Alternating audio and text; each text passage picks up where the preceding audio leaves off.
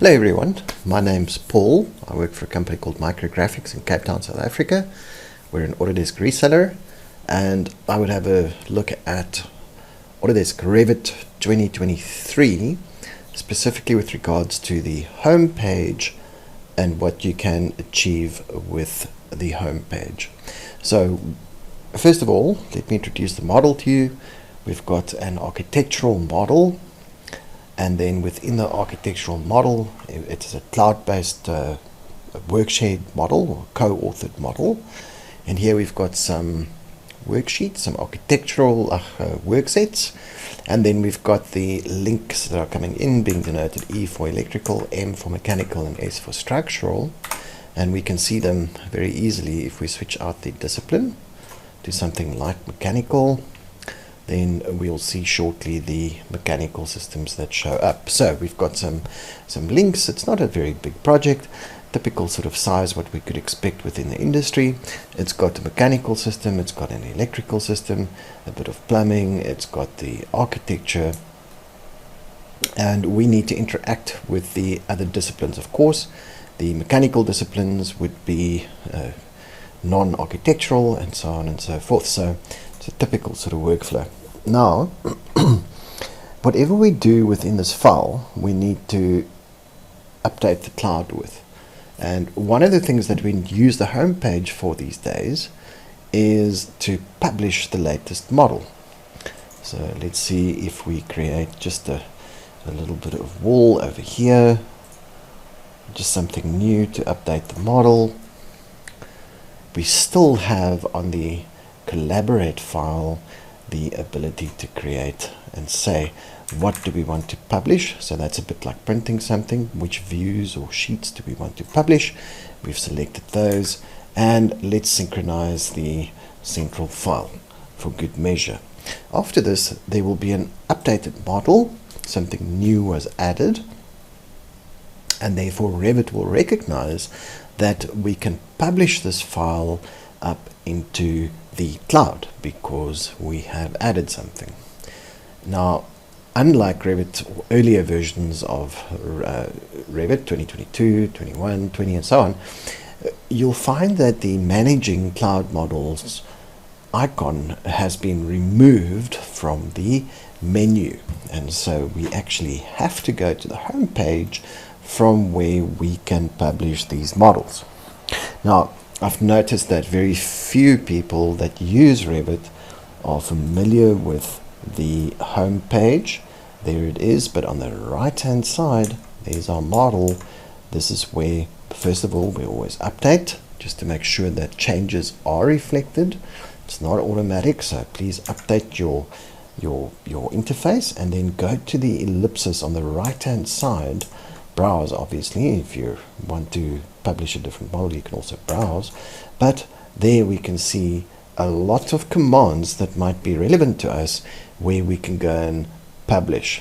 Now, there's a nuanced difference between publishing a model if it's hosted on Autodesk Docs versus publishing a model if it's hosted on the BIM Collaborate Pro, using the BIM Collaborate Pro license.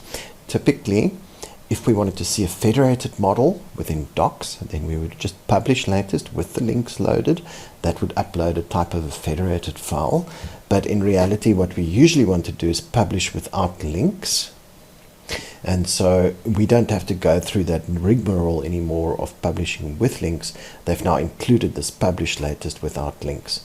So that is a great advancement within the software. It makes our life easier. Alright, there's something else that we'd like to highlight here. A very good practice is to put the links on their own worksets. So what we usually do is use the file name to denote the link that's coming in. We might differentiate that even further if we'd like. But if we just wanted to do some architectural modeling without all of this other heavy links included, or if we just want to open the file very quickly, or which we found in reality on some very big projects, that spaces and rooms don't generate correctly if one opens a file with linked files in. we want to switch off all the worksets when we open the file. So that you can also do using the home page. We'll demonstrate that quickly. Right, so here's the home page. Now we would like to specify. You can choose all, you can choose editable, the worksets that you've taken ownership of. But what you'll see is that a good workflow for a project like this is just to close all the worksets when you open the file. That means that nothing will be visible when you open the file. Maybe the splash page, obviously. But if we open the 3D, then you'll see that there's no model elements visible. And that is because we closed all the worksets. And then best practice is then go into your worksets and switch on the worksets that you would like to be working with. So you could say, well, I want to see where the shell and the mechanical model.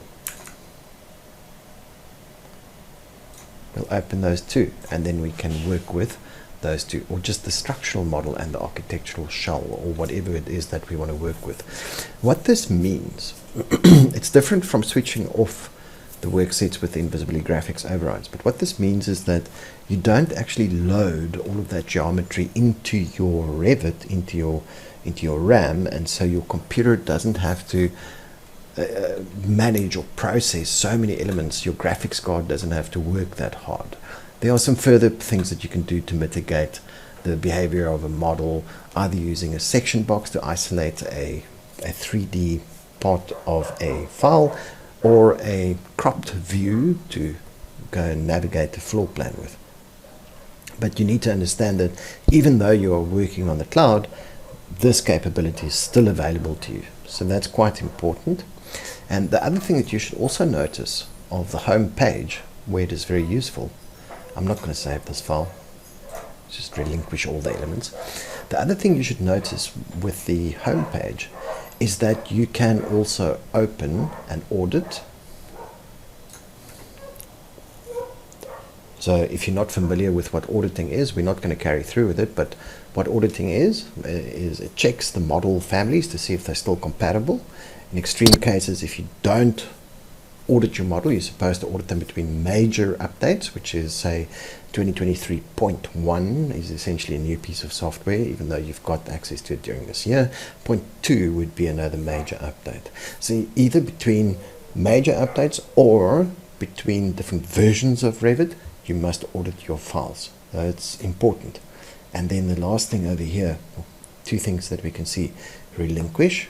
All right, so if you can see a file, then you can relinquish all of your worksets without opening the file, and then the version history. So what we used to know as rollback is now available through the version history, where we can go back to an earlier version of the file, and we can then restore to that version, or just open an audit, all right, or open. But restore to version, what that's going to do is it is going to roll back the model to an earlier version. So get to know your home page.